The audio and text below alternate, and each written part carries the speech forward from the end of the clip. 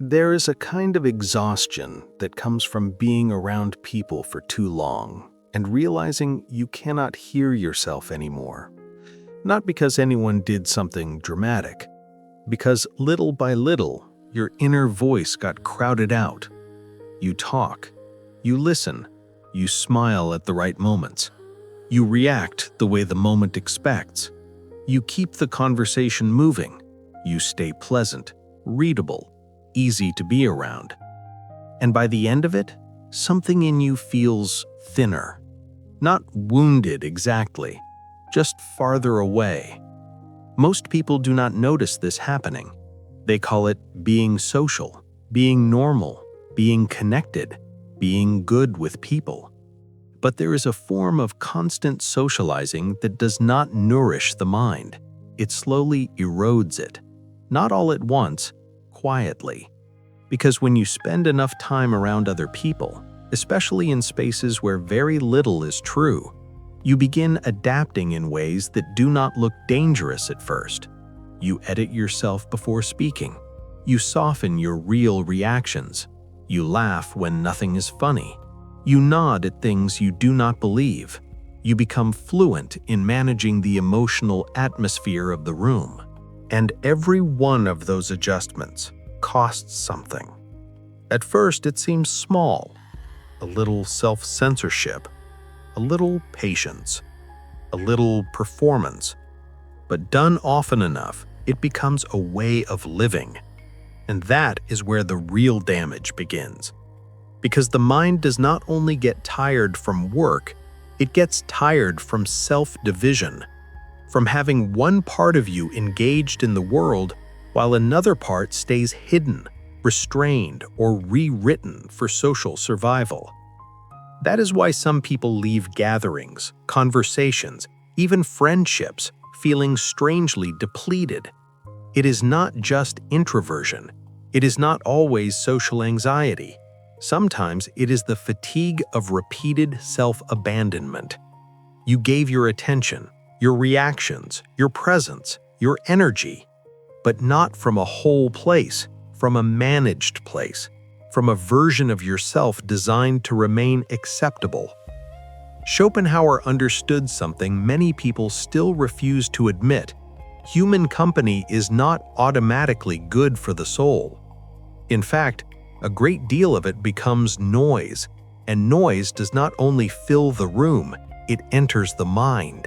When you are constantly surrounded by other people's opinions, moods, demands, insecurities, performances, and unresolved inner chaos, your own thought begins to lose its sharpness. Your inner rhythm gets interrupted. Your standards get blurred. Your silence becomes harder to access. And once silence becomes inaccessible, the mind begins to starve. Because the deepest parts of a person do not speak over noise, they speak beneath it. This is one of the most painful things about compulsive socializing.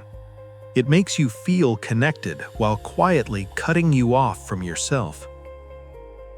You may start noticing it in subtle ways. You spend time with people and come back feeling mentally foggy. You talk more and understand yourself less. You feel socially full but inwardly empty. You become less certain of what you actually think, actually want, actually feel when no one else is there to shape the moment.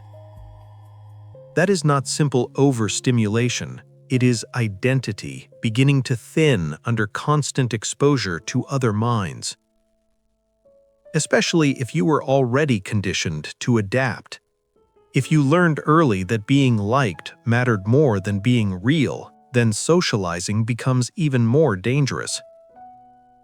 Because you do not enter it with a strong center, you enter it ready to adjust, ready to read the room, ready to become what the interaction requires, ready to stay agreeable, warm, safe, harmless, useful.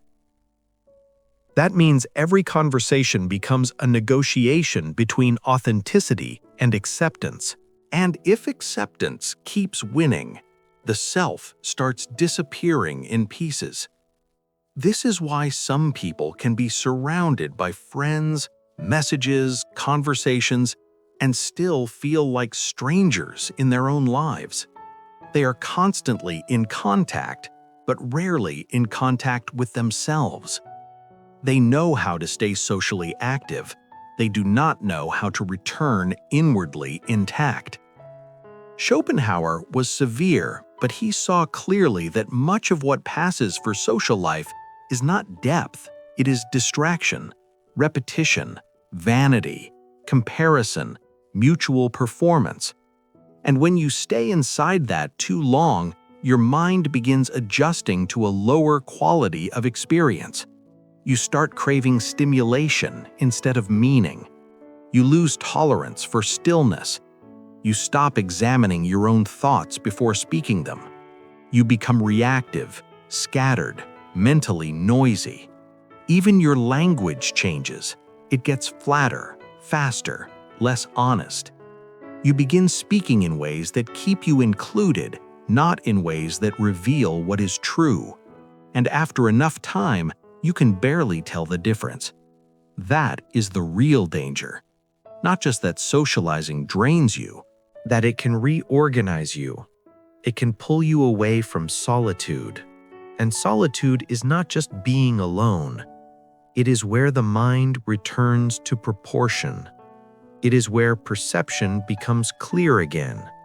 It is where you notice what you actually think once nobody else is in the room shaping your reactions. Without that return, a person begins living almost entirely in response to messages, response to moods, response to expectations, response to social tension, response to other people's need to be mirrored, reassured, entertained, or emotionally managed. A mind that lives only in response eventually forgets how to originate. That is when life starts feeling unreal. You can talk all day and still feel inwardly mute. You can be seen all the time and still feel unknown. You can become socially competent while privately feeling mentally exhausted and strangely hollow. This is not because you hate people. It is because too much contact without depth becomes erosion. And for thoughtful people, that erosion can feel almost violent, not outwardly, internally. You notice yourself becoming more performative than honest, more polite than real, more available than sincere. You begin giving your best attention to interactions that do not deserve it. And attention is never a small thing.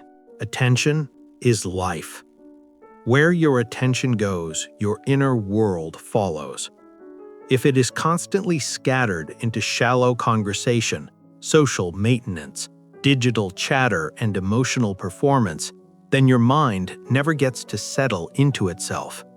It never gets to become whole. This is where identity loss enters the picture. Because the more you socialize from adaptation, the less you know who you are outside the adaptation. Do you actually enjoy these people? Do you actually believe what you are saying? Do you actually want this life? Or have you simply become skilled at inhabiting environments that keep you from hearing your own dissatisfaction? These are difficult questions. That is why many people avoid solitude. Not because solitude is painful by itself, because once the noise stops, truth becomes audible. You notice how tired you are, how many conversations required you to disappear a little, how often your body tightened while your face stayed pleasant, how many relationships survived only because you kept bringing a smaller version of yourself into them. That recognition can feel brutal, but it is also the beginning of mental recovery. Because the answer is not to become cold, not to despise people, not to isolate out of bitterness, not to imagine that all human contact is corruption. The answer is discernment. To stop treating every invitation, every conversation, every social bond as equally worthy of your mind. To recognize that some forms of company deepen you, while others thin you out. Some people sharpen your inner life, others scatter it. Some relationships let you remain whole, others depend on your quiet self-editing. The more honest you become about that, the more energy returns, the more clarity returns. You start saying less but meaning it more. You leave sooner when the conversation turns false. You stop confusing constant accessibility with love. You stop offering your inner life to spaces that only reward your performance.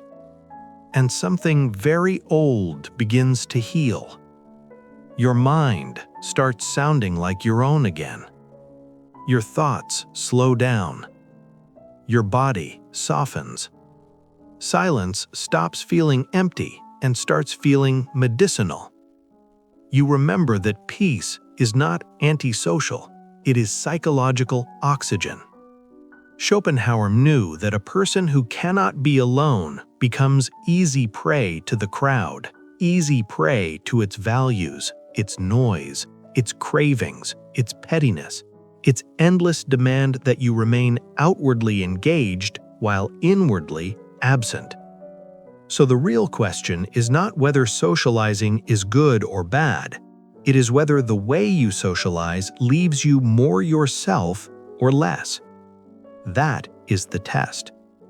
If being around people repeatedly makes you feel blurred, false, mentally crowded, or emotionally far from your own center, then something is being lost there. And if you want your mind back, you have to become more careful with what gets access to it. Not out of arrogance, out of respect. Because the goal is not merely to have company, the goal is to remain whole in the presence of it. And sometimes the most healing thing a person can do is step back from the noise long enough to hear the one voice that has been fading underneath it all. Their own.